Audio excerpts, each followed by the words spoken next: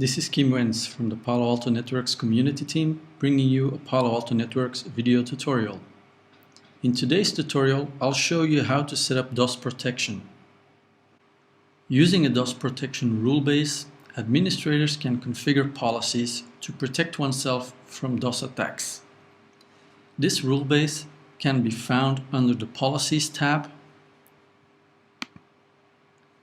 DoS protection. Now there's no rule configured yet, but as you can see, these policies can be configured to match zone, interface, IP address, or user information as a match condition. Using DoS protection profiles, you can create DoS rules, much like security policies, allowing traffic based on the configured criteria. These profiles are configured under the Objects tab, Security Profiles, DoS Protection. Let's start by adding one. Let's give it a useful name. And I'll go over all the options. First, you will need to specify the profile type. You have a choice between aggregate or classified.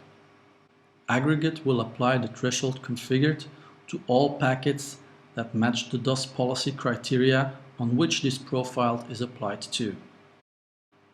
Classified will apply the thresholds configured to all packets matching the classification criteria.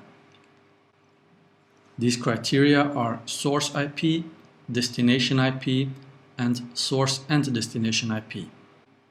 This will be clarified later in the video when we configure DoS policies. The DoS protection profiles can be used to mitigate several types of DoS attacks. As you can see, the flood protection is very similar to the one used in zone protection profiles. For SYN flood, we have SYN cookie and random early drop as the available options. For the other types of floods, let's enable them. The random early drop method is used. You'll notice the same configuration options as in the zone protection profiles. In addition, there's also the block duration, which is the time in seconds that the offending IP will be denied.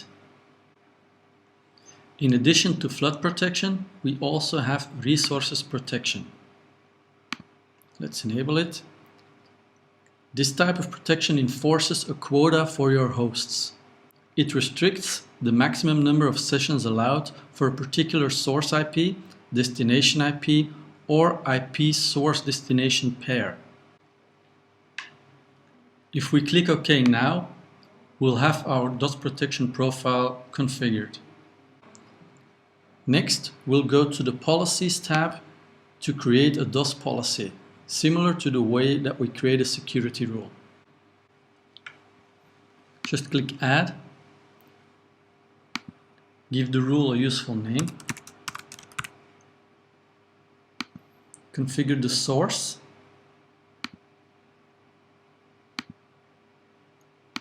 configure the destination,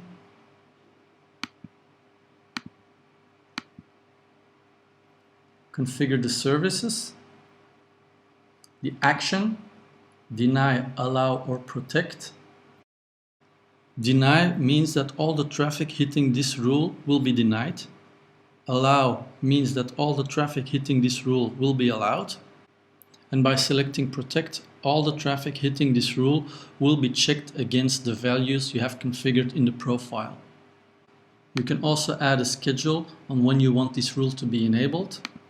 You can also add log forwarding to forward all your logs. Since we created an aggregate DoS profile, you will see the profile in here.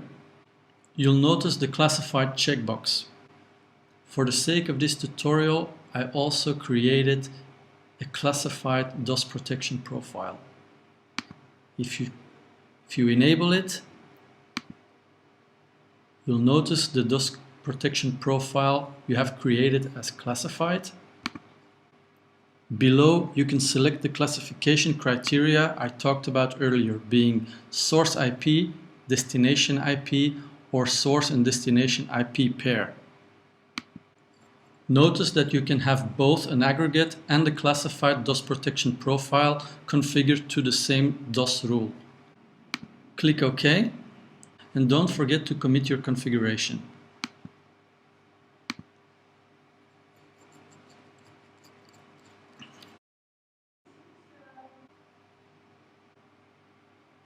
Also in the CLI, you can check your DoS rule settings using the following command.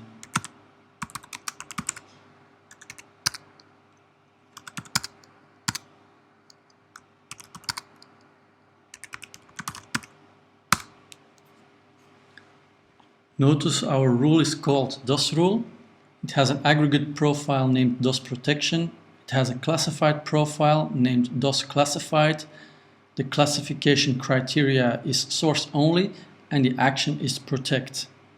Below you'll also see all the thresholds we have configured.